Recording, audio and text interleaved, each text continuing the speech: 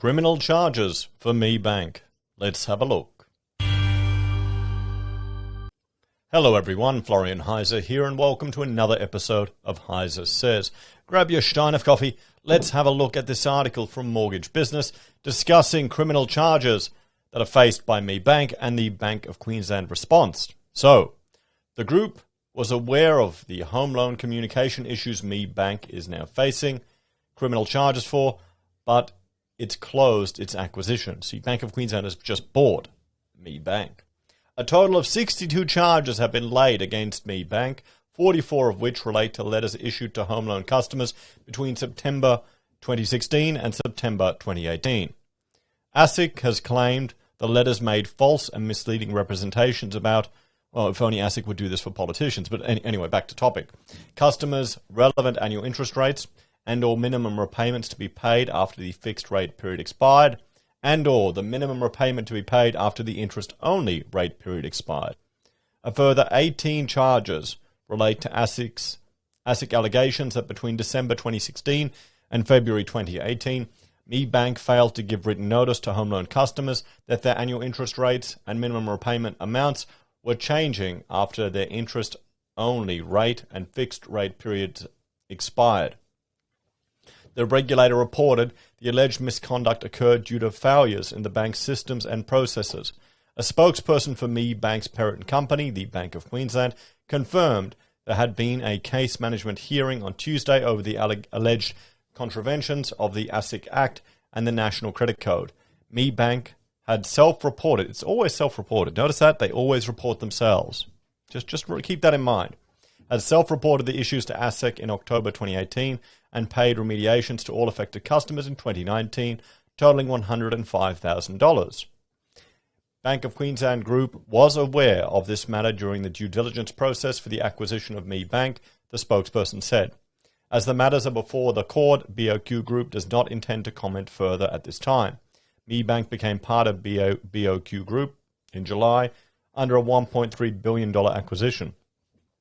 The case is the first criminal prosecution under Consumer Protection Provisions S12DB of the ASIC Act.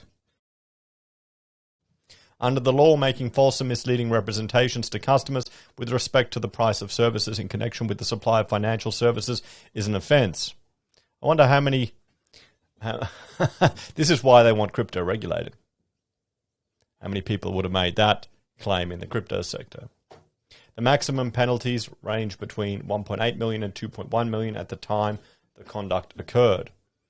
A credit provider's failure to notify customers of interest rate changes or repayment rates is also considered offences under Section 64.1 and Section 65.1 of the National Credit Code. The maximum penalty for breaches range between $90,000 and $105,000 at the time the conduct occurred. ASIC originally filed the charge in the federal court in May. It has been prosecuted by the Commonwealth Department of Public Prosecutions following an investigation and referral by ASIC. The matter will return to court on the 3rd of November. Last year, Me Bank faced criticism when it reduced the amount borrowers could redraw from specific legacy mortgage products without forewarning customers. The policy decision was met with backlash from customers, brokers, and the broader community. In response, Me Bank announced that it would review its decision in consultation with affected customers before revealing that it had decided to change back home loan withdrawal limits for any customers who wished to opt out. Following on from the controversy, former Chief Executive Jamie McPhee was called before the House of Representatives Standing Committee on Economics for an urgent public hearing into the matter and acknowledged, while the decision was poorly communicated, he added he believed the bank made the right call. We absolutely believe that the decision what we made was the right decision because we wanted to make sure people don't inadvertently overcommit, he said. We think it's the right decision, poorly communicated. I mean, here's the thing. Banks have an all money in clause, guys. So they can just combine everything together. You know, those redraw accounts, it's just essentially kind of a line of credit, isn't it? In July 2020, Mr. McPhee announced he was resigning from his role with the bank's chief financial officer, Adam Crane, stepping in before taking on the role of CEO as a permanent basis in December 2020. So there we have it, everyone. The Bank of Queensland responds well, to the criminal charges faced by MeatBank. And what's the takeaway or the lesson here? Well, one interesting thing seems to be that always, repeatedly, it's the banks and organizations voluntarily advising ASIC of these issues. It doesn't even seem to be like a whistleblower. They're just reporting, oh, we made a mistake.